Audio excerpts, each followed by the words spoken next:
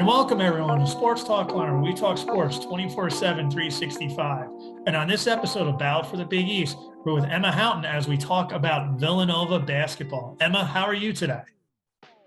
I'm doing well, Tom. Thanks for having me back. I'm excited to talk about Nova. Yeah, I think everyone's excited about Nova again. And the Big East isn't yelling curses or swear words at you or how you should never complain about referees' calls. But starting off, since we're here to talk about Villanova, it was shocking to Big East fans when Creighton had a convincing win at home against Villanova. But since then, it looked like Villanova has learned from it. What did Villanova learn from that experience losing at Creighton that they're able to carry forward?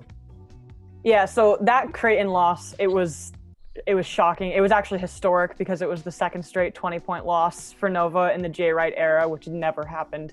And I think the biggest thing that they took away from it was that they became more versatile in scoring. So they were limited to less than 60 points in that game.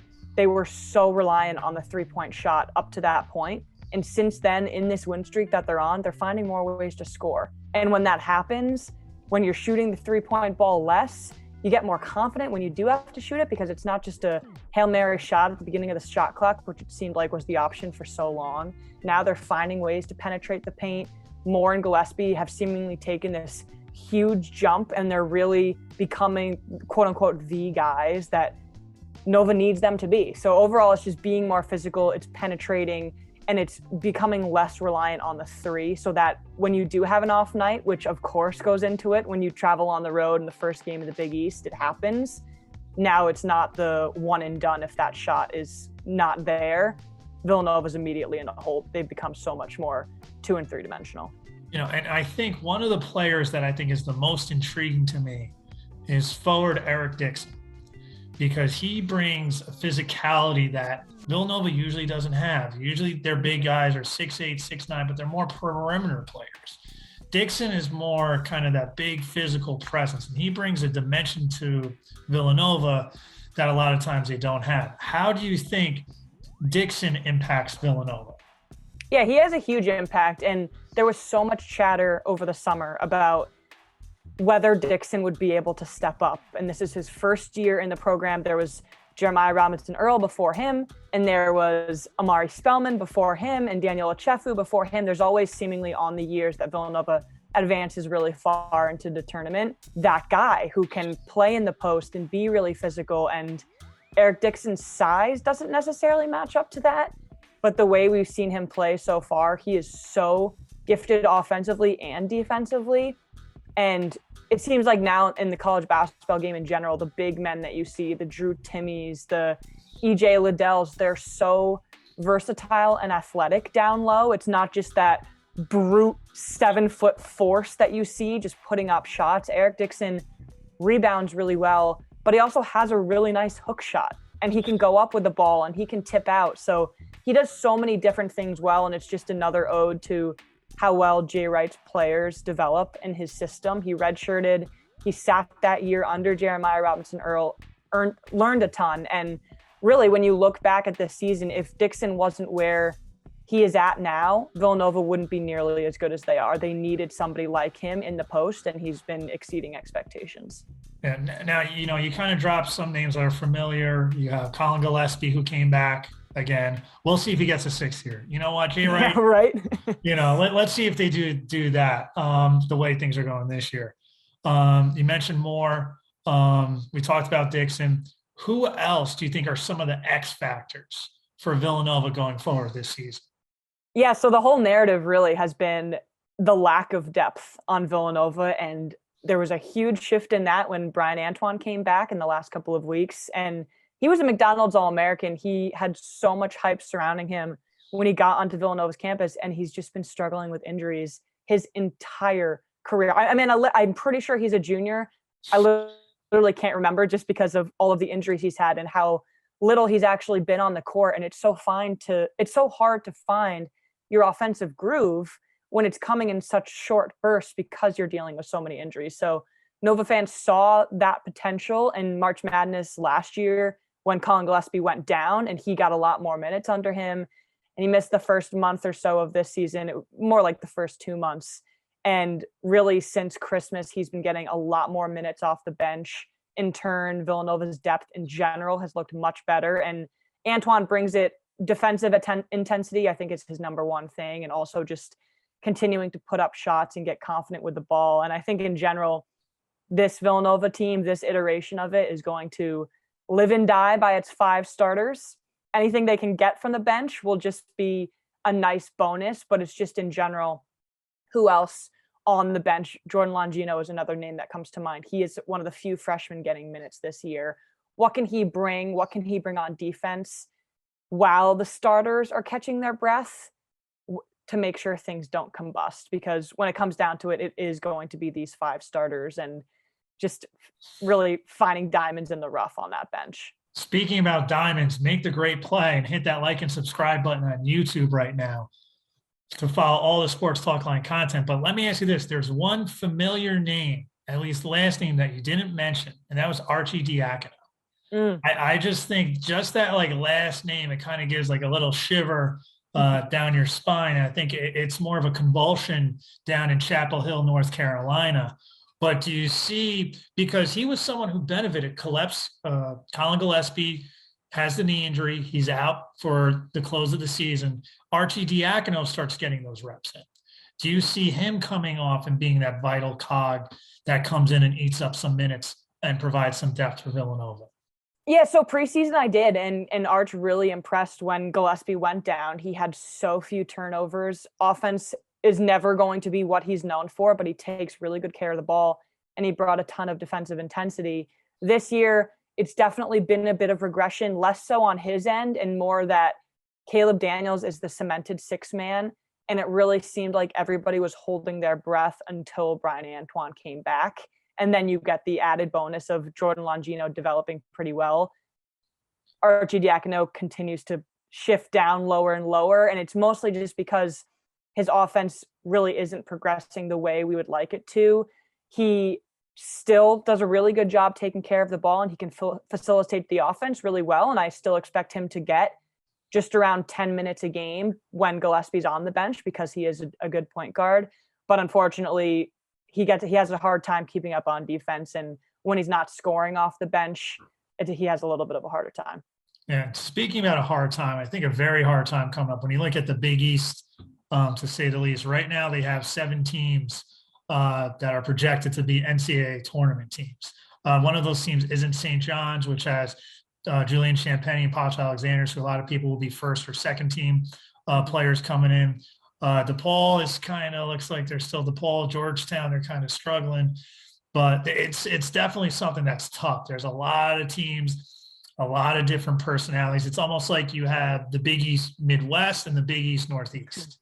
Yeah. And the Northeast teams are pretty much those big physical teams, while the Midwest teams tend to be more, I guess, finesse style when you look at scrappy, Xavier and all that. But out of looking at all the Big East teams, which one do you think will be the biggest challenge coming up for Villanova? Yeah, so I really like the way you kind of characterized it there because it's so true. And hearing that number 7 is so awesome because that's exactly what the Big East needs. And it feels like year by year it's been progressing up to that. And maybe this is finally the year where it just explodes and everybody gets in. But yeah, going back to your question, there are a lot of teams. UConn is the first one that comes to mind because they have so many scoring options and because they are so big. And Adama Sanogo is somebody who has just taken this incredible leap. And I don't know who can guard him in the Big East. And so far, nobody really has. And then rapid fire, a couple of other names. Seton Hall has surprised so many people because of how good they are on defense. Xavier's really good. They struggled a little bit at the beginning. Struggle is even a harsh way, but now that they have Zach Fremantle back and healthy, he adds such a wrinkle to that offense because he can play all 5 positions really competently. So if I had to say one, it's definitely UConn. I think they pose the biggest challenge, and I actually think they are going to make a deep March run because they just have so many options. They have so many different ways to score, and they lost Book Night, but they seemingly replaced him with 7 or 8 different guys that can do almost all the things that he could do. And not many teams can replace that type of production a year after book night. Yeah, I think I would agree with you, and the rest of the Big East fans would shed no tears if Adama Sanogo declares for the NBA draft after this year. Yeah. But there's one team I was a little surprised you didn't mention when you talk about big physical teams, and right now there's a surprise team in the Big East, and that's Providence. How do you think, Providence, I think they benefited from the extra year of eligibility. I believe Nate Watson came back, Noah Harkless came back. They're big and physical. They're 4-1. They did have a blip on the radar against Marquette.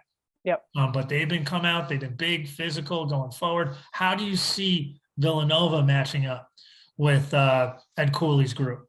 Yeah, so I actually have a ton of family connections to Providence too. My parents went there. My brother goes there now. Okay. So that is the game I have circled. I can't wait for it.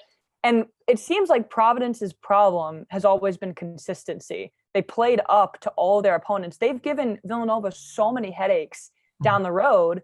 And then they go to DePaul and they look terrible and they lose by 10 points. So it's been so hard to get a read on what Providence really is over the last couple of years. And you're right, having Watson back for another year, I think maybe it's between him and Sanogo for the best big men in the Big East. Mm-hmm. They have a really high impact transfer, really high impact scorer in Al Durham. AJ Reeves is shooting the ball really well. Noah Harkless has been probably the most improved player in the conference. Everything's clicking for them. I think it was really, really smart for Cooley to tee up the non-conference schedule that they had, because now they have some really marquee wins, and they provide a mismatch at every position. All of those guys, when they're playing at their full potential, are really high caliber players. And so far they have been. And now we're finally seeing the Providence that has always just been glimpses of potential. Now it's a real thing. Yeah, I think Providence, they underachieved last year, and now they're going to overachieve. And when you look at Watson and Harkless, they have different games. Harkless could be out on the perimeter, more of that stretch four, and Nate Watson could be that bruiser inside. So we kind of touched on it right now a little bit going on to who'd be the biggest matchup problems. But looking at the whole Big East, Villanova's up there at number one. They've been number one, it seems like, since realignment. Who do you see as the biggest challenge to Villanova's throne in the Big East? Yeah, so I'm not going to seem like a great fan here, but I actually have UConn winning the Big East. I think when it comes down to it matchup-wise, Villanova just can't keep up defensively with what UConn is going to throw at them. So I think it's going to be UConn, Nova. I still think Xavier can edge Providence, and then probably Providence 4. But like the size is such an interesting aspect this year for so many teams, because that's one word that you can't use to describe Villanova, but everybody still has them in that upper echelon of teams. And then another word that I'm really interested in is tempo, because a lot of different teams in the conference play at really different paces. St. John's seems to be the leader of that. Xavier plays pretty fast. Providence plays pretty fast, and UConn too.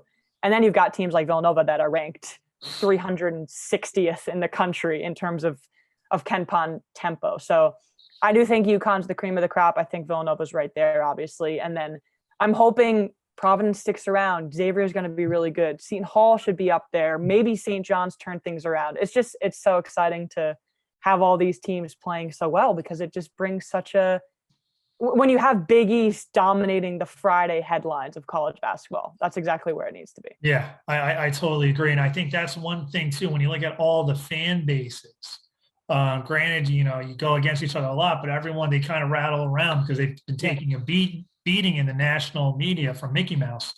But those are kind of certain things where it's like, they're kind of like, no, we're a basketball conference. We still have our tournament at Madison Square Garden, and everyone likes to take shots at them. And this one too, I think, is the strongest they've been in a long. There's going to be no easy games, and this isn't a cliche. They're a lot stronger than the ACC, to say the least. I think the Big Ten. I think you got some teams that are disappointing, like Michigan. You got some teams finding their way in Illinois. USC, is a surprise out west, but from top to bottom, this is probably the best the Big East has been in a while. But Emma, before we go, can you tell us where we can find you on social media? Yeah, definitely. So you can find me on Twitter at Emma_Houghton9. And I host a Villanova-centric podcast with my friend Pat, who also graduated from Villanova. It's called State of the Nova Nation. It's through VU Hoops. And you can find that on Twitter as well at SONN Pod. All right. Thanks for coming on, Emma. And remember to listen like you play with intensity.